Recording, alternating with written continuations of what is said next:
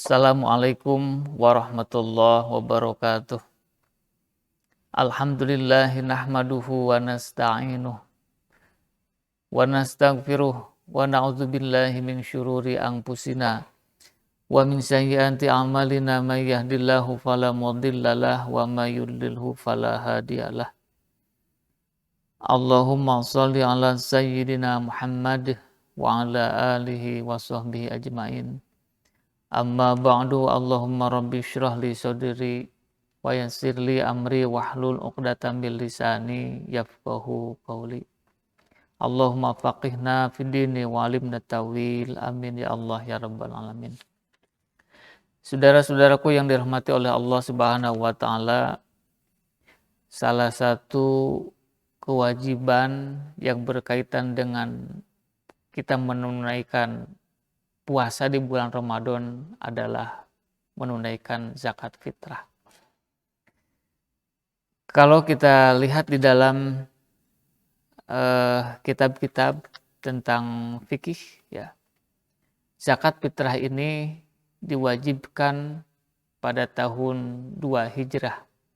Artinya pada tahun yang bersamaan ketika Rasulullah menerima kewajiban melaksanakan puasa di bulan Ramadan, maka pada tahun yang sama Rasulullah Shallallahu Alaihi Wasallam mendapatkan kewajiban untuk menunaikan zakat fitrah itu. Kemudian apa fungsi menunaikan zakat fitrah itu? Disebutkan di dalam kitab Hasyiah Bajuri bahwa di antara tujuan atau fungsi di dalam melaksanakan zakat fitrah itu yaitu untuk menyempurnakan amaliyah ibadah puasa kita, untuk menyempurnakan kekurangan-kekurangan atau sesuatu yang bolong, ya, yang ada dalam puasa yang sudah kita laksanakan itu, begitu. Pertanyaannya sekarang, menunaikan zakat fitrah itu adalah wajib, tetapi seperti apa ketentuan kewajibannya? Kemudian yang kedua, barang yang dizakati itu seperti apa? Nah, ini yang akan kita bahas dalam pertemuan kali ini, ya, di mana kita akan menggunakan atau membaca kitab Fathul Qorib, ya. Di dalam kitab ini disebutkan faslun wa tajibu zakatul fitri wa yuqalu laha zakatul fitrah ay khalqah. Wajib menunaikan zakat fitrah, dan zakat fitrah itu disebut juga dengan zakatul fitri. Zakatul fitri sama dengan zakat fitrah, dan zakat fitrah itu dikenal juga dengan sebutan zakatul khalqah, yaitu zakat badan. Dan tentu kita bersyukur pada Allah Subhanahu wa taala kalau kita menunaikan zakat yang lain, ya, zakat kambing, zakat hewan, maka yang ditunaikan, yang dikeluarkan adalah zakatnya itu dari hewan itu sendiri. Dan tentu kita bersyukur pada Allah Subhanahu wa taala, zakat fitrah yang kita keluarkan bukan anggota dari keluarga kita, bukan bagian dari badan kita, tetapi yang dikeluarkan oleh kita justru harta. Ya, zakat fitrah itu untuk mensucikan jiwa dan badan kita. Kemudian ketentuan zakat fitrah itu seperti apa? Kewajiban zakat fitrah itu seperti apa? Disebutkan di dalam kitab ini, ketentuan kewajiban menunaikan zakat fitrah itu ada 3. Yang pertama, al-Islam. Ya, orang yang mengeluarkan zakat fitrah itu harus betul-betul beragama Islam. Dengan demikian, orang yang tidak menganut agama Islam maka tidak kena kewajiban untuk menunaikan zakat fitrah ini. Orang non-muslim, ya, Kristen, Yahudi, dan lain sebagainya tidak dikenakan kewajiban untuk menunaikan zakat fitrah ini.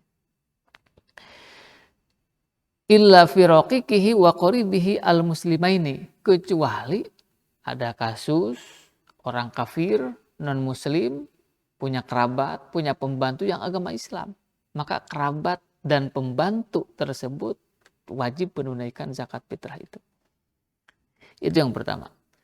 Kemudian yang kedua, ketentuan zakat fitrah itu diwajibkan kepada orang yang mengikuti waktu dua. Yang pertama waktu bulan Ramadan, kemudian yang kedua dia mengikuti waktu bulan Syawal. Artinya kalau hanya mengikuti waktu bulan Ramadan saja, tidak mengikuti bulan Syawal, tidak ada kewajiban zakat fitrah untuk dia. Atau hanya merasakan bulan Syawal saja, maka tidak ada kewajiban mengeluarkan zakat fitrah untuk dia. Saudara-saudaraku yang dimuliakan oleh Allah Subhanahu wa taala, misalnya ada orang yang sakit parah. Satu hari lagi sebelum sampai kepada akhir bulan Ramadan, lalu Allah menakdirkan dia itu wafat. Pertanyaannya, apakah dia wajib menunaikan zakat fitrah? Tidak. Kenapa? Karena ketentuan menunaikan zakat fitrah yang kedua itu dia harus mengikuti waktu di bulan Ramadan dan waktu di bulan Syawal. Demikian pun saudara-saudara yang dimuliakan oleh Allah, ketika ada anak yang lahir pada malam bulan Syawal, maka dia pun tidak punya kewajiban untuk dikeluarkan zakat fitrahnya. Katakanlah kalau akhir dari bulan Ramadan itu jatuh pada hari besok, hari Minggu, ya, maka ketika selesai habis hari Minggu, tepatnya ketika terbenamnya matahari, ya misalnya pada jam 6, ya, kemudian ada anak yang lahir melebihi dari ghurubu syamsi itu terbenamnya matahari, maka tidak ada kewajiban zakat fitrah kepada dia. Makanya saudara-saudaraku yang dimuliakan oleh Allah Subhanahu wa taala, ketika orang Islam sudah menunaikan zakat fitrah, kemudian sebelum sampai kepada akhir bulan Ramadan dia ditakdirkan oleh Allah wafat, maka boleh bagi ahli warisnya untuk mengambil kembali zakatnya. Kenapa? Karena menunaikan zakat fitrah bagi dia tidak termasuk kewajiban. Saudaraku yang dimuliakan oleh Allah Subhanahu wa taala, kemudian syarat kewajiban yang ketiga, orang Islam harus menunaikan zakat fitrah itu ketika dia mempunyai kelebihan dari kebutuhan pokok yang harus dipenuhi pada hari Idul Fitri itu. Katakanlah kalau kita berikan ilustrasi kebutuhan di hari Idul Fitri atau tanggal 1 Syawal itu misalnya, ya, beras yang dibutuhkan 4 liter, uang misalnya 50.000. Nah, ketika ada orang mempunyai kelebihan dari beras 4 liter, kemudian uang 50.000, maka dia jatuh kewajiban untuk menunaikan zakat fitrah itu.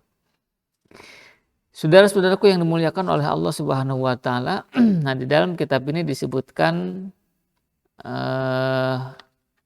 yang wajib dikeluarkan zakat fitrah itu tentu an qutihi wa quti iyalihi, ya, adalah makanan pokok yang ada di daerah itu. Kita misalnya di Indonesia makanan pokoknya adalah beras, maka yang ditunaikan zakat fitrahnya itu dari beras. Pertanyaannya kemudian muncul, berapa besar atau takaran zakat fitrah itu? Disebutkan oleh Nabi di dalam hadisnya bahwa zakat fitrah itu ditunaikan, dikeluarkan, takarannya adalah 1 sok. Dari apa? So'an min kuti baladihi, 1 sok atau 1 kolak yang diambil dari makanan pokok yang ada di daerah itu. Pertanyaannya kemudian muncul, 1 kolak itu seperti apa? Ya, para ulama kemudian memberikan penjelasan 1 kulak itu atau 1 sok itu sama dengan 4 mud. Kemudian muncul lagi pertanyaan 1 mud itu seperti apa? Nah, alhamdulillah saudara-saudaraku, di tengah-tengah kita sudah ada ukuran mud, ya. Barusan sudah saya coba bahwa 1 mud itu ternyata sama dengan ukuran berat 0,740.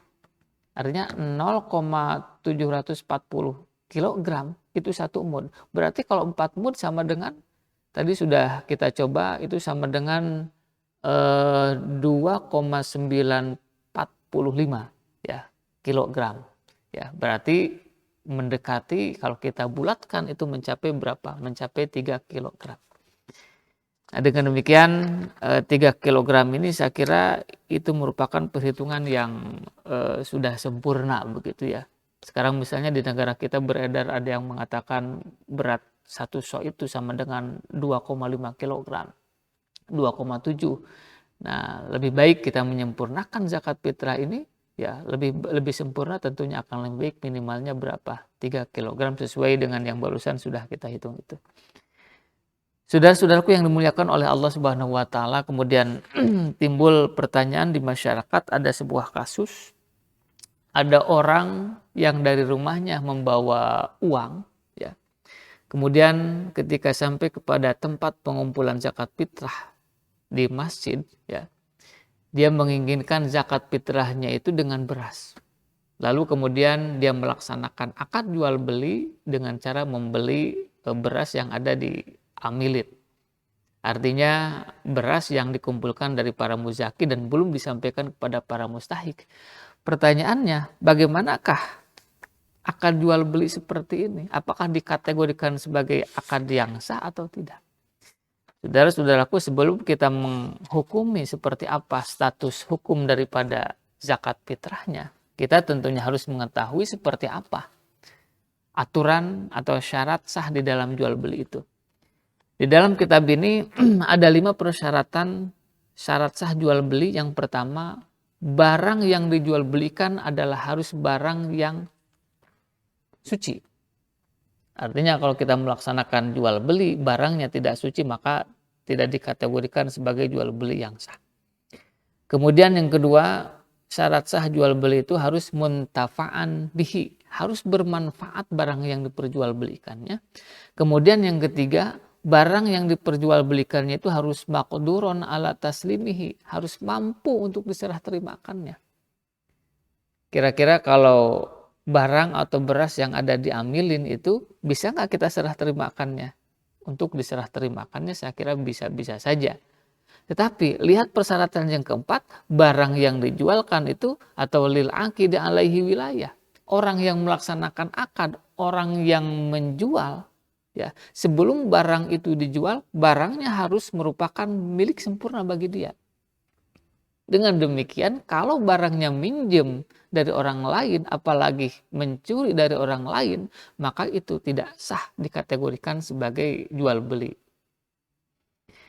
Pertanyaannya, saudara-saudaraku yang dimuliakan oleh Allah Subhanahu wa taala, kasus yang tadi, orang yang melakukan akad jual beli sementara berasnya itu adalah beras hak fakir miskin yang belum disampaikan kepada fakir miskin atau mustahik yang lain. Ini status barangnya apakah masuk kategori milkun tamun ya, kepemilikan yang sempurna atau tidak? Saya kira beras yang dikumpulkan oleh panitia atau amil zakat itu bukan hak sempurna, milik sempurna bagi amilin. Amilin hanya sebagai orang yang ketitipan untuk menyalurkan zakat fitrah itu. Nah, dengan demikian barang yang ada di amilin itu tidak bisa diperjualbelikan, batal jual belinya. Makanya di dalam Hasyiah Bajuri dikatakan fala yasihu bai'u nahwi magsubin. Tidak sah orang melaksanakan jual beli dari barang yang digasap.